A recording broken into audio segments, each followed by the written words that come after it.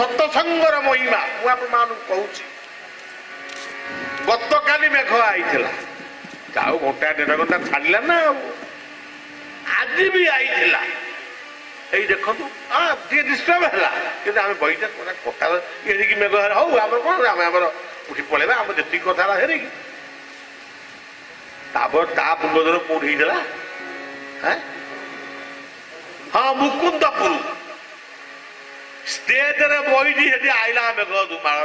ମା ମାନେ ମୋର ସବୁ ଯିଏ ଉଠିକି ଯାଅ, ମୋର ରାଗଟା ଭାରି ହେଲା। ମୁଁ ସେ ବୈତରଣୀପୁର ବା ବୈତରଣୀ ରୋଡ ରାଗଟା କୋଉଠି କାହା ଉପରେ ଶାନ୍ତି କରିବି, ତାଙ୍କରି ଉପରେ ଶାନ୍ତି କରିବି। ତମେ କାହିଁକି ମତେ ମୋଟର ସାଇକେଲରେ, ମୁଁ କଣ ନେତା, ତମେ କଣ ମତେ ମୋଟର ସାଇକେଲ ଶୋଭାଯାତ୍ରାରେ ଆଣିଲ, କୀର୍ତ୍ତନରେ ଆଣିଲନି?